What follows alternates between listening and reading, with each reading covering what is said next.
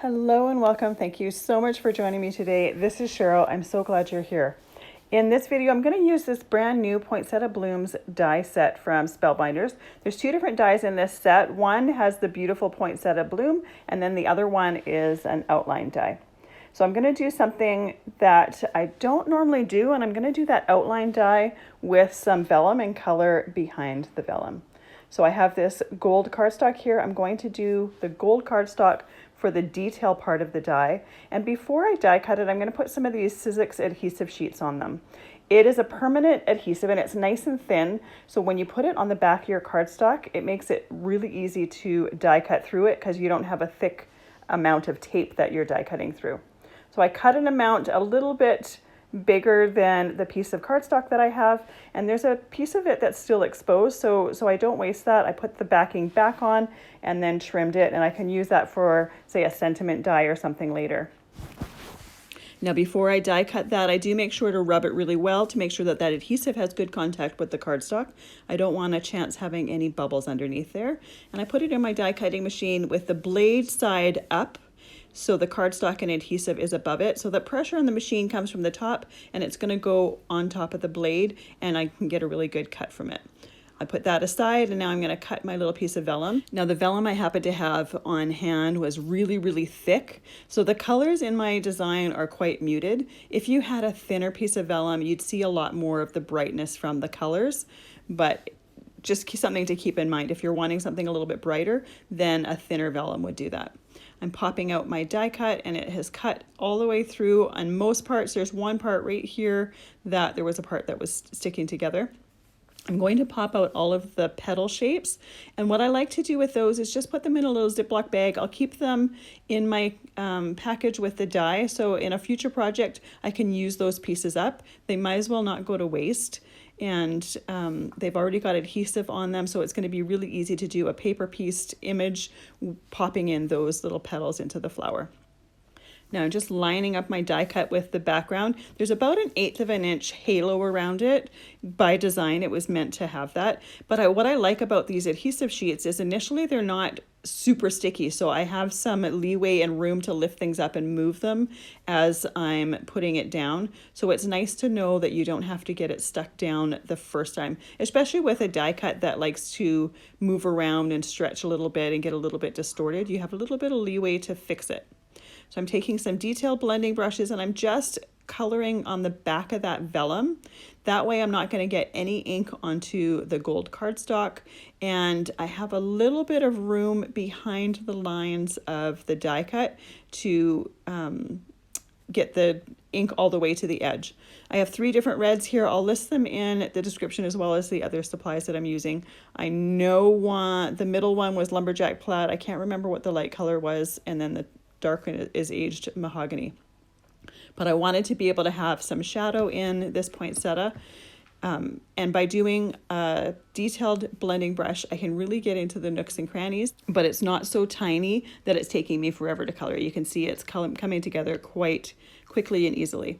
When I'm doing the different darker shades, I'm going behind where a petal would go behind another petal. That's where a natural shadow would be, and that's where I am putting the darker colors. You could probably get away, because this vellum is so thick, probably could have gotten away with only 2 different colors and it would have still looked beautiful. But I wanted to have enough color variation so that you could see there was definitely some areas of dark and light. Now, ink doesn't absorb into vellum the way it does with regular cardstock, so I'm trying to make sure to not put my fingers on the wet ink because I don't want to smear it and get possible little red fingerprints on my project. So just keep that in mind. There's a lot of places to hold on to this die cut so that you don't really need to worry about it, but it is something to be mindful about so that you don't accidentally get ink where you don't want it to be. Now you may have seen at the beginning, I did put some yellow in the center of the flower, but I am putting some liquid pearls on at the end just for some dimension in that area. So you probably won't even see that yellow, probably wasn't even necessary. The same gold that I used to die cut, I'm using that for a mat on the front of the card. And I like this green here, but I wanted it to have a little bit of shadow to it just to kind of give it a little bit So it wasn't this flat looking basically. So I've got a large blending brush here, and I'm just putting a shadow around the outside edge of it. This is one of those things that's so super easy to do, but it really enhances and livens up and just gives some depth to your piece when you do it. So it's a technique that I don't always do, but I find when I do add a little bit of inking around the edges, it just kind of, I don't know, it almost like it frames it, it brings it together, it just gives it some dimension. So I'm taking that piece and I'm going to glue it to my card base. Because I used ink on my mat here, you want to make sure that you don't accidentally move your card base over that, otherwise you're going to get it on the back of your card. And now I'm going to glue my die cut piece to the card base. Now vellum doesn't really like liquid glue, so I'm trying to be very sparing here, and I'm only putting the glue behind the solid gold parts of my die cut so that the adhesive is not visible. Once that is glued down, I'm taking some Nouveau crystal drops in pale gold, and I'm just putting some drops in the center of that flower for some dimension. And then I'm using some glossy accents and putting it on some of the buds of the flowers. This is just going to give a little bit more texture to the image, and it just kind of makes the card come alive a little bit.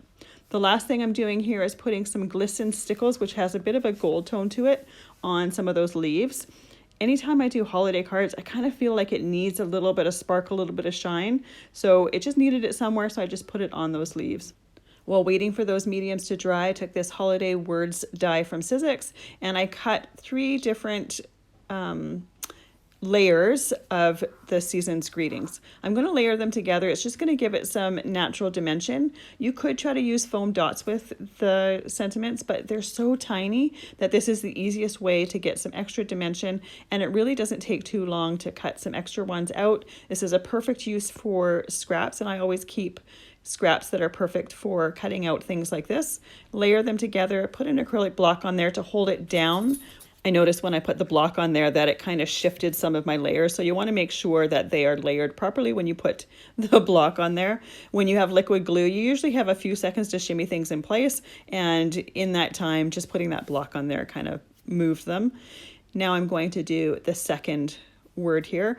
And this is a perfect way to use liquid glue. You can get it in any of the areas that you really need to. And because of the liquid glue, you have a few seconds again to shimmy those letters in place and make sure that they're stacked properly.